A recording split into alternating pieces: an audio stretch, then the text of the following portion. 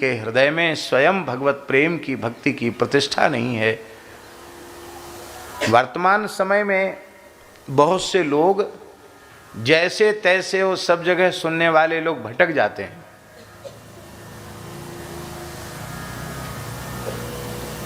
सुनने का निषेध नहीं किया जा रहा है कि मत सुनो, लेकिन चाहे जहां सुनने लग जाओगे तो भटकने की संभावना बनी रहेगी।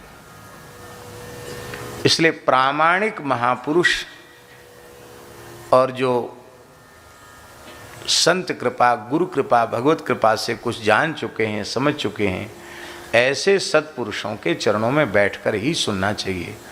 और ऐसी सुविधा उपलब्ध न होवे तो गीता प्रेस का पवित्र साहित्य घर में रखो, कीर्तन करो, एक व्यक्ति पढ़ने लग जाए, बाकी लोग सुनो, ज़्यादा लाभ हो जाएगा, अधिक लाभ हो जाएगा। हम मना नहीं करें कि कथाएं नहीं होनी चाहिए, खूब कथाएं हों, लेकिन धीरे धीरे कथाओं में जो स्थिति आ गई है, आप लोग तो बहुत भाग्यशाली हैं और बड़े ऊंचे सत्संगी हैं, बड़ी मर्यादित यहाँ सत्संग की गोष्ठी हो रही है। नहीं महाराज, ऐसी स्थिति हो गई है कि एकदम उत्सव मनाए जाएं, इसकी मनाही नहीं है, लेकिन केवल ताम झाम और तमाशा बनकर रहेगी कथा। वक्ताओं के साथ झांकी वाले भी चलते हैं झांकी वाले। अरे सीधी रासलीला मंडली ले चलो ना, बढ़िया, सबसे अच्छी।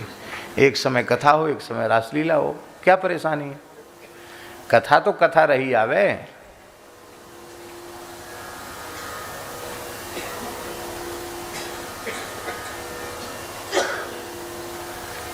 तो इसलिए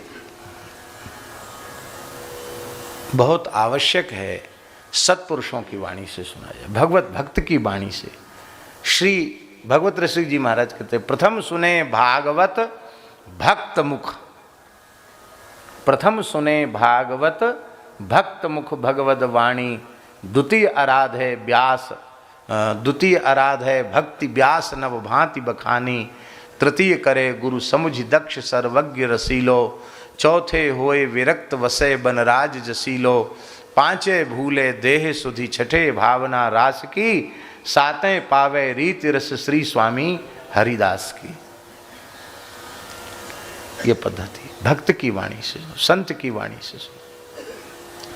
संत की वाणी कितनी प्रभावशाली होती है। आपने वृंदावन में एक मंदिर देखा है, लाला बाबू का मंदिर, देखने योग्य मंदिर है। कलकत्ता के थे लाला बाबू, बेलगछिया के थे क्या?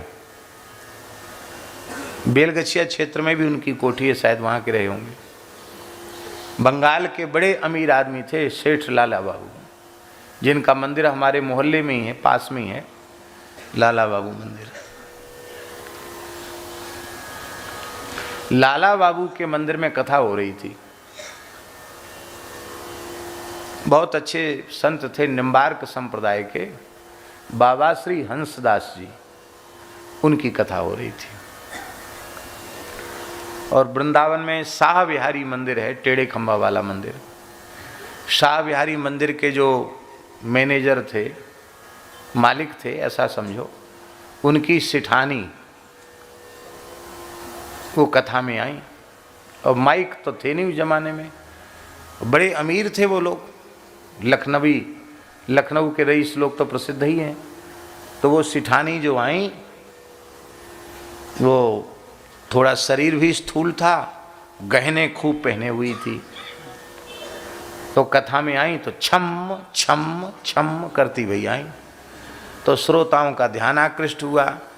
हंसदास जी भी वृद्ध संत थे, उनका भी ध्यान आकृष्ट हुआ। उन्होंने देखा तो बड़ा उनको विक्षेप लगा कि कथा में ये क्या। आई थी तो चुपचाप बैठ जाती, पीछे आई और सबसे आगे बढ़ी चली आ रही। आकर प्रणाम किया, लोगों ने महाराज ये सिठानी है बहुत बड़ी, प्रणाम किया। और बाबा जी तो बाबा जी ठहरे, उनके पता नहीं मुंह से क्या निकल गया। हंसदास जी के मुंह से निकला,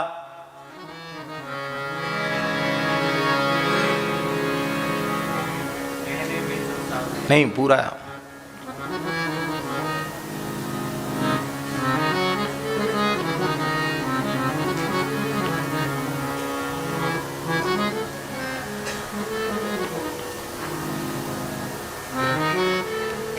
बड़ा सुंदर उनका वाक्य है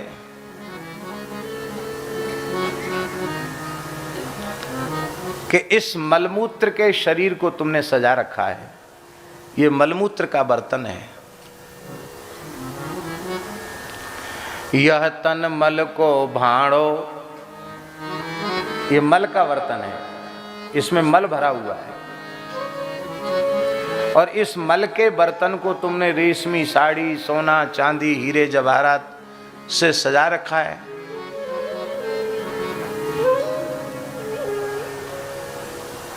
क्या करें बाबा जी फिर? बोले गहने बेचो साधु जी मावो, राम भजोरी राणो। हाँ अब आ गया पूरा। जन्म जन्म तू गदहिया हुई है। क्यों?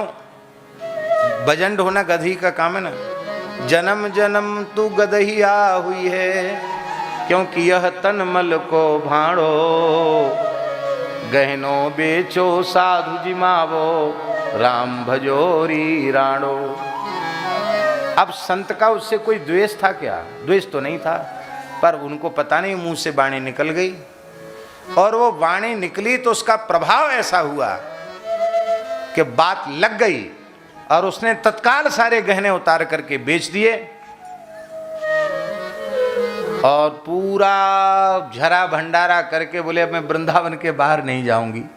और महाराज भजन करके सिद्ध हो गई वो बाई। बाद में उनके पति ने, सेठ ने भी घर छोड़ दिया, वो भी भजन किए, और उन्होंने भी हंसदास जी से दीक्षा ली। उन्होंने कहा संग संग नहीं रहोगे, क्योंकि आसक्ति नहीं जाएगी तुम लोगों की। तो एक ने गिरिराज जी में रहकर भजन किया, तो दूसरे ने बरसाने में रहकर भजन किया, और अंत में भजन करते करते ब्रज प्राप्ति की। हमारे कहने का प्रयोजन ये है, संतों की वाणी इतनी प्रभावशाली होती, वे खींच कर भी कुछ कह दें तो उससे भी बात बन जाती।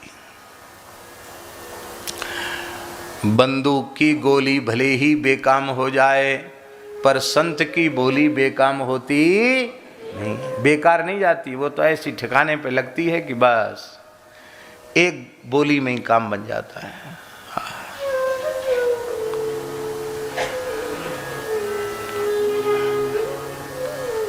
अब वो थोड़ा दूसरा उदाहरण है, लेकिन सिद्ध पुरुषों की वाणी से निकला हुआ, इसलिए हमको कहने में संकोच नहीं है।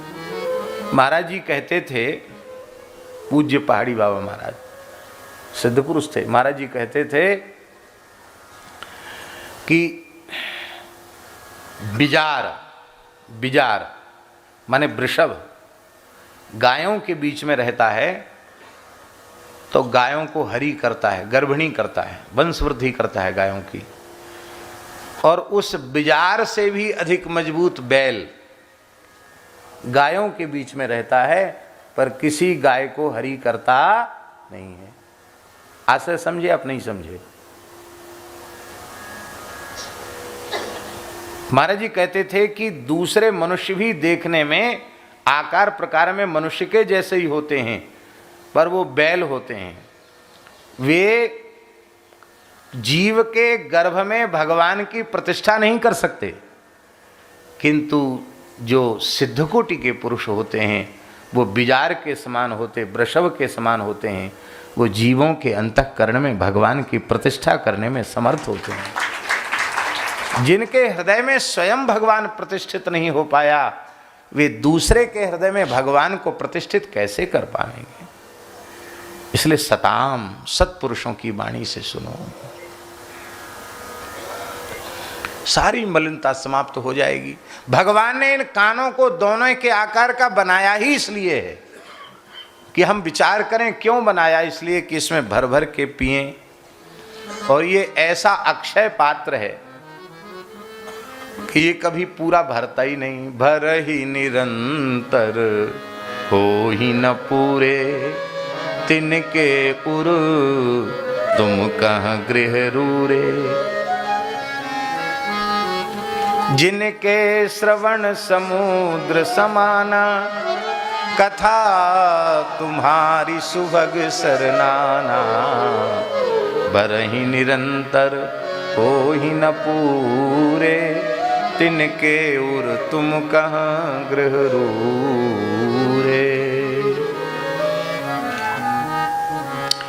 यहाँ एक भाव और ही है कि वह जीव भगवान के चरणों तक पहुंच जाता है। दूसरा अर्थ है तच्चरण एव, भगवान के चरण ही चलकर उस भाग्यशाली जीव तक आ जाता। तदंतिकम व्रजंती, भगवान खुद चलकर कथा रस रसिक के सामने आ जाते हैं।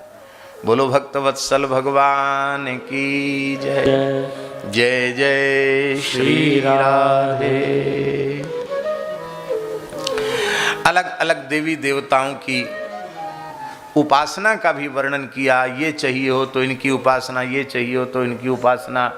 और अंत में कहा अकाम सर्व कामो वा मोक्ष काम उदारधि तीव्रेण भक्ति योगेन